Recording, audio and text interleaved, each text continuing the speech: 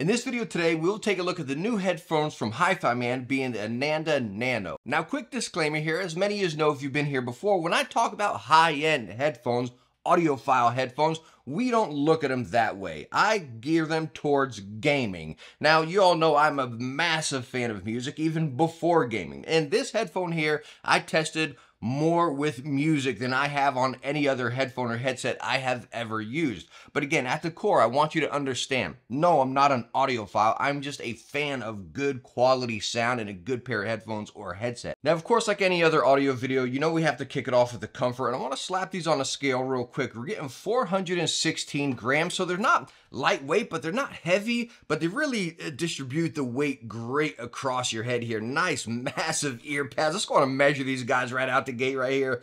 Whew, these things are big. They are definitely wide and they are nice and deep. Now, as far as the pad density, it's more like a medium. As you see, if I press it, it bounces right up. It's not really like that memory foam. Now, you got that leather on the outside, you got the sports material on the top, and then the perforated leather on the inside right there. So, again, your ears aren't going to touch the drivers, but that is due because, again, these pads are a little bit firmer, but they're not uncomfortably firm. Hopefully, you're catching my drift right there. Now, I want to go over to the cable tune. I'm going to slap this on the scale here because you have a lot of cable, and you're getting 100 grams with this. Now, depending on your position, again, it goes, again, 3.5s into each side of the ear cup and then into this very thick cable, which is very long, so it's nice. It's going to reach wherever you want, but you will feel the weight of this cable a little bit. Now, the good thing about it also is you don't get any noise. Now, right in line with the comfort, there are two things that I have issues with. Number one, you all know old Techne, I love my swivel. I really do, but again, these ear pads are so stinking big that you really don't even notice it. Whenever you put it on, like, usually a headset with or headphones with no swivel, you'll feel that pressure here or back there. These ear pads are so big that, again, they go down and wrap into the concaves of my head shape. That's going to differ person to person, of course. But again, even with no swivel, not too bad here. The issue I do have more is with the headband. We got that floating headband design, a little leather tab right there. Now, of course, we got the clicky arms on the side.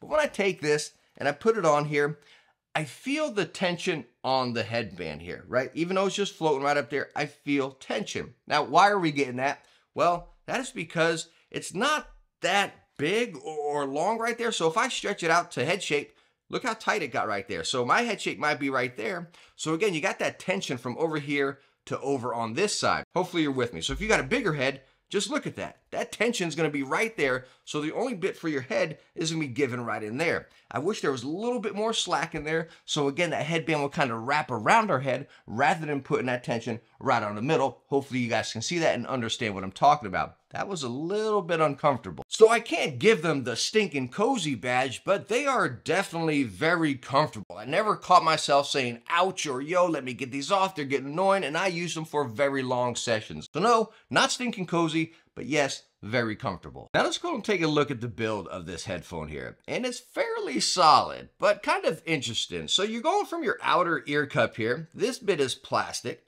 This bit is metal. And then we're going into our forks that are metal. Now you're going into this little hook right on the side right there, but really nice. I think if you're setting it down over time, I don't think you get any flex on that. Again, it's not plastic. It is going into metal there. And then you got those little washers in the middle to prevent any of that grind. And again, of course, your 3.5 is going to the bottom, so your ear cups are going to move plenty fine right there. And with me adjusting them over time, they're still holding a very nice click. Again, my only issue is that tight headband there. So the build is definitely kind of like a mixed bag, right? You got metal, you got plastic, you got metal. It's kind of, again, a mixed bag. But it does feel top quality. It doesn't feel chintzy or cheap in the hand by any mean. It's just, again, kind of like the comfort, kind of questionable. And that leaves us at the perfect spot to roll right into the sound of this headphone here. Talking about questionable, because the sound was kind of questionable as well. Stick with me here, right? Stick with me. Now, the big kick on these guys is, again, the nanometer planar magnetic drivers. You all know I'm a planar magnetic fan. Absolutely Odyssey fanboy. Love them. I used all of theirs from the low end to the high ends. Absolutely love them. So talking about these planners here, what are we getting out of this headphone as far as gaming? Honestly, right along with music. Well, this headphone is packing a little bit more bass. It's not a heavy bass. It's just a full bass, kind of like mids and bass kind of performing together. Now, you do got your highs, right? They're not screechy, ear-piercing, unmanageable, unbearable highs by any means, because those mids are kind of right there working with them, you know? It was definitely a fuller sound, and I caught myself a lot saying, oh man, it sounds a little muffled, which is kind of shocking. Number one, coming from a planar magnetic, right? And then an open back. It's kind of the two opposites that I personally have experienced with this type of setup here. But that's what I was catching. I was like, man, this is real weird. Let me try a different game. Let me try a different game. And that's constantly what I got, right? So I took it over to music. And I was like, all right, let me try this with music here, right? And I got the same results, right? I'm listening to a new Milky Chance record, and I got that fuller sound. I'm like, man, this is just, I'm getting great bass lines and great drums and stuff. But it's like, man, my vocals are kind of just in the background just a bit. You know what I mean? That guitar and cymbals a little bit in the background. I wanted them brought forward a little bit right there. So I kept testing with different music. Let me test it with the White Stripes. He's got a high-pitched voice, a lot of high-pitched guitar. Well, still, even there, it brought it down a little bit. Now, again, a lot of that's high-pitched, so it wasn't as bad.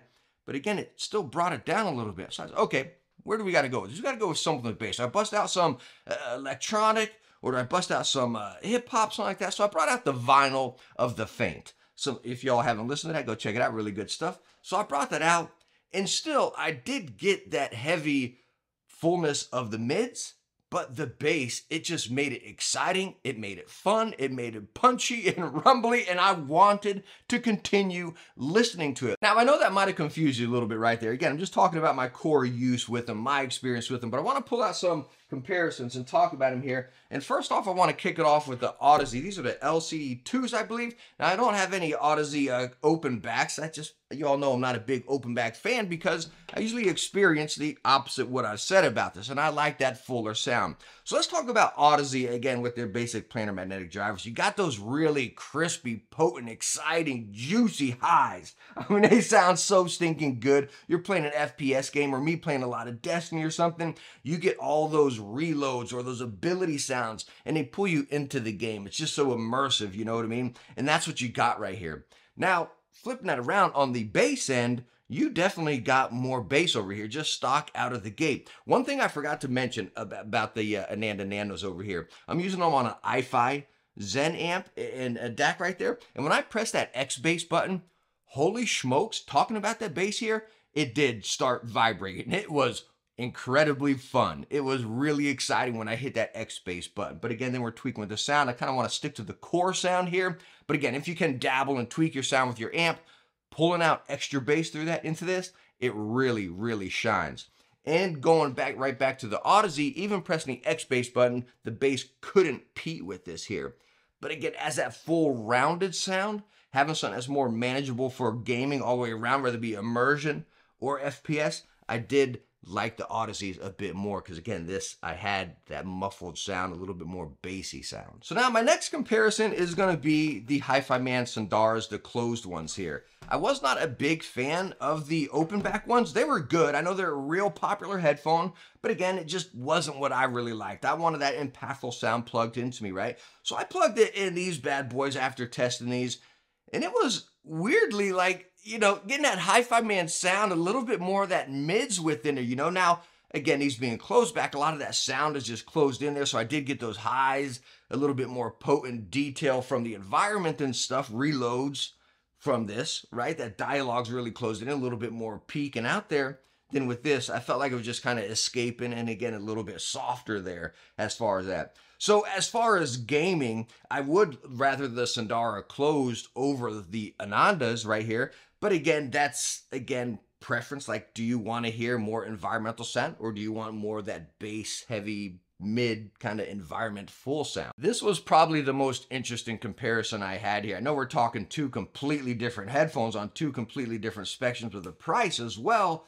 But again, it was just interesting going hi-fi to hi-fi and just really kind of hearing some similarities, but clearly some differences. And of course, the majority of that's going to be from closed and open. So where I went after that comparison was where I saw some other audiophile channels comparing them to the Meze 109 Pros. You all know I absolutely love this headphone. As an open back, this has been one of my favorites to date, from the build, the style, the comfort, but most importantly, the sound for gaming. It did everything I wanted. I had those highs were balanced out there. They're not piercing by any means. I had that body in the background. I had that immersion. Again, it kind of completed. It's when we talk about the Nandos, but having them completed, again, getting those highs kind of potent out there, but still having that bass in the back end. So you're getting everything you want for gaming. Immersion, again, your highs, your detail, again, all that environment sound, getting those footsteps and such. Now, on the other side, where you can flip that around, is again where I talked about activating the X bass button on my Anandos here, on my HiFi. These things really just shook, like I talked about before. If I did that over here on the 109 Pros, it definitely did not get as much bass as the Ananda Nanos over here. And that was kind of interesting because, again, you're talking about this just having a well-rounded sound and still having some body in it. But even when I hit X bass, it didn't perform like this. When you hit that X bass or boost that bass up on these guys, I can't say it enough, guys, it truly just thumped. All right, so 2 more comparisons left, and I'm sorry about this. I just wanted you guys to really be able to connect and relate with me with a few comparisons here. But where we're gonna go right now is with my Sennheiser HD58X is here, and why I wanted to pull these out, why this was on my test bench along with these, is because these are an open back where I feel a little bit more of a warmer sound with these. Again, a little bit fuller. You kind of got those mids, which is interesting for an open back headset. That's one reason I don't really like a lot of open backs. I feel like the sounds just escape and I lose a lot of immersion with open backs. You kind of get more of that detail of the environment, which is why a lot of people like them. But again, it's the reason I don't like them, right? I want that impactful sound, immersion. I don't just play FPS games. I play story games as well, which is the reason I really like these over here. You get all of that you're getting over here with the Ananda, but I felt like I was able to pick apart my highs a little bit more. Again, the bass wasn't as prominent. The highs weren't as clear and separated as you got over here on the Nandos. This was this on steroids, you know what I mean? If I can put it that way.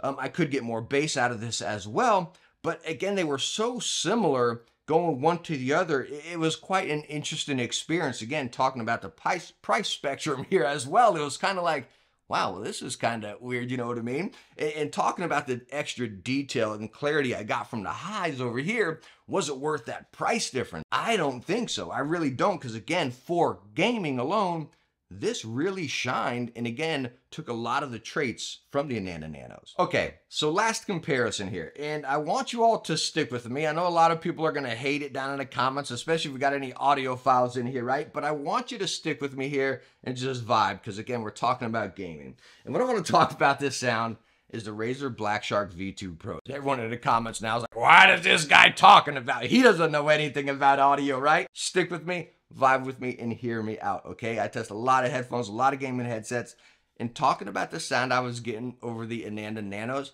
being definitely out of the gate, more mids and more bass, not thumpy, but again, it just kind of sat there and took part of the highs. It was definitely hanging out with the highs there a little bit, kind of felt it muffled out some of the dialogue sometimes, some of those reloads, some of that environment. That's what you got from this. And if you watched any of my videos on the Black Sharks, it's the same thing I've always stated over here. Yeah, you still get your highs. You got the Triforce drivers and everything. You get your highs and your mids, but they were always geared towards the bass. Even if you dabbled in an EQ, there was still a little bit more bass. Now, of course, this is totally juiced up compared to these, right? You cannot get the bass that you got out of the Nandos. You cannot get that out of the Black Sharks. You just can't. Even with the separation of the highs, even though they were muffled a little bit, you're not going to get that over. This is like this little baby brother, if we could even say that much, you know what I mean? But that core sound experience was so incredibly similar to the Anandos from the Black Sharks over here, just having that more bass rich kind of fuller sound. If you use these, again, think about this completely just beefed up compared to that, but you still get that core sound just brought up to a complete another level. Really interesting one here. So I hope some of those comparisons helped you out and you were able to relate with me. You all know in my videos, I don't like being a spec nerd, right? You can look those up online, on the back of the box, whatever you want.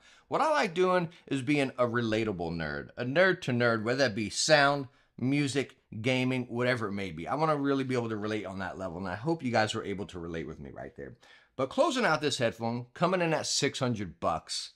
As you caught through the video, it's definitely a warmer headphone. I had a very good time listening to EDM or hip hop, heavy metal, something like that, you know, that I wanted that fuller sound. In gaming, I didn't have a bad time, but I didn't have a great time. There were cheaper options that I had a very similar time that I probably would have recommended more for gaming. So for gaming, I'm going to say a no-go. But for music, if you're looking for that set class right there, I think you're going to have a really fun time with this. But again, sound is subjective. $600 is expensive, and you're the only one that can decide that. So all in all, I just hope I was able to help you out a pinch, if even.